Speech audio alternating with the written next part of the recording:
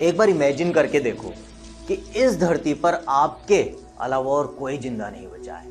आप अकेले जिंदा बचे हो। आपके आसपास दूर दूर तक कहीं पर भी देख लो, जिंदगी का कोई नामो निशान नहीं बचा। इंसान तो बहुत दूर की बात है। तो क्या ऐसी सिचुएशन में आप अकेले सरवाइव कर पाओगे?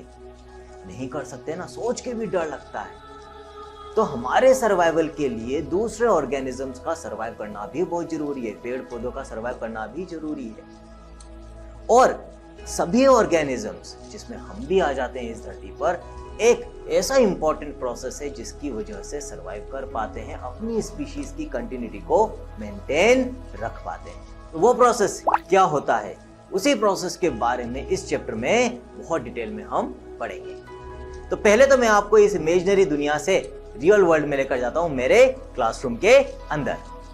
Good morning sir. Good morning बच्चों, कैसे हो आप लोग? अच्छे हैं सर। Very good. सर मुझे आपको एक बात बतानी है। हाँ पिंकू, जरूर बताओ, बोलो क्या बात है।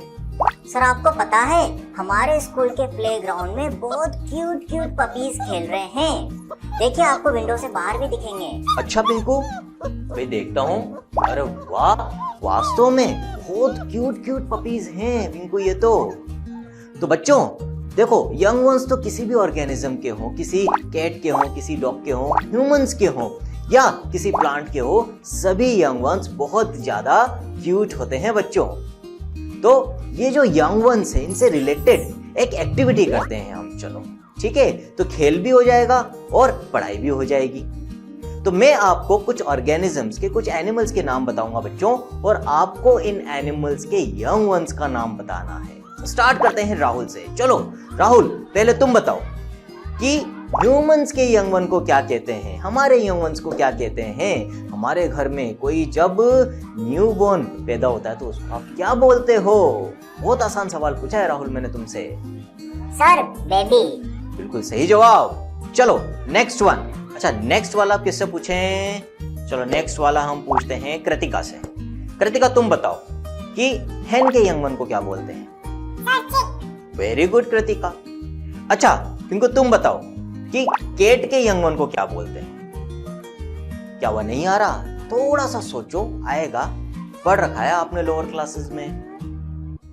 चलो कोई बात नहीं, मैं बताता हूं। केट के यंग वन को हम बोलते हैं kitten.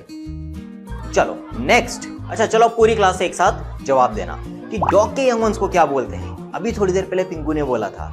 Sir puppies. Very good. अच्छा, बटरफ्लाई के यंग वन को क्या बोलते हैं? Caterpillar sir. क्या बात है। अच्छा, काऊ के यंग वन को? सर काफ बोलते हैं। चलो लास्ट पूछ रहा हूं आपसे, फ्रॉग के यंग वन को क्या कहते हैं? फंस गए ना? सोचो। सर नहीं आ रहा, प्लीज आप बता दीजिए। चलो बच्चों कोई बात नहीं, मैं बताता हूँ। फ्रॉग के यंग वंस को हम बोलते हैं टैडपोल। ठीक है, तो बच्चों ये जो यंग वंस हैं, इनका बर्थ होता कैसे है? वो कौन सा प्रोसेस है जिससे ये सब बर्थ लेते हैं? कौन जवाब देगा? Raise your hands. हाँ भाई राहुल, चलो तुम बताओ। सर रिप्रोडक्शन बोलते हैं इस प्रोसेस को। क्या बात है राहुल, बिल्कुल सही जवाब दिया तुमने। इस जवाब के लिए तो बच्चों राहुल के लिए क्लैपिंग बनती है। तो सब एक साथ क्लैप करेंगे।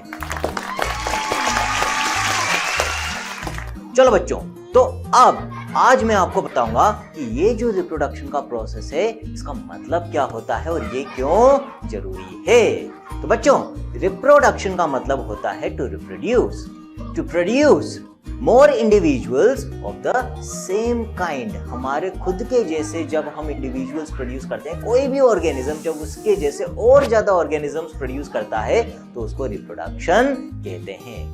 क्यों जरूरी होता है बच्चों ये? To maintain continuity of the species, to perpetuate the species. इसका मतलब क्या है? यदि कोई ऑर्गेनिज्म अपने जैसे और ऑर्गेनिजम्स प्रोड्यूस नहीं करेगा तो फिर क्या होगा? हर ऑर्गेनिज्म की डेथ सर्टन है।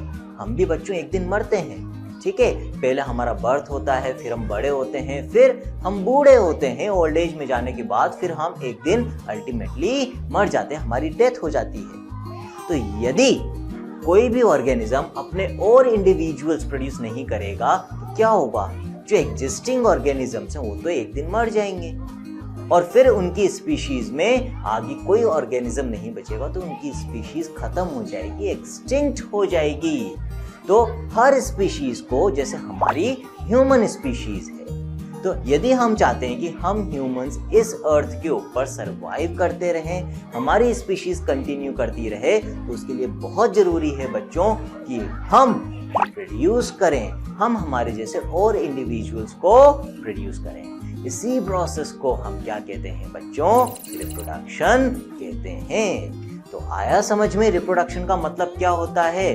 To produce more individuals by the existing individuals to increase their community is called as reproduction। ठीक बच्चों, अब ये जो रिप्रोडक्शन है ये कितने टाइप का होता है ये मैं आपको बताता हूँ बच्चों।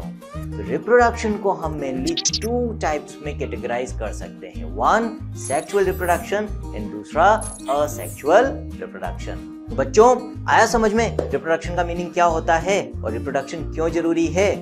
Yes sir. Very good.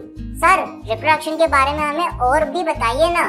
बिल्कुल बताऊंगा बच्चों, लेकिन नेक्स्ट लेक्चर में। तो अगले लेक्चर के पहले जितना मैंने आज आपको पढ़ाया है अच्छे से पढ़ो बच्चों, इसको समझो, इसको याद करो। और बच्चों अभी जो मैंने आपको रिप्रोडक्शन के बारे में बताया है उसके नोट्स को नोट डाउन कर लो और अगले लेक्चर में वापस से मिलते हैं। Take care, good bye.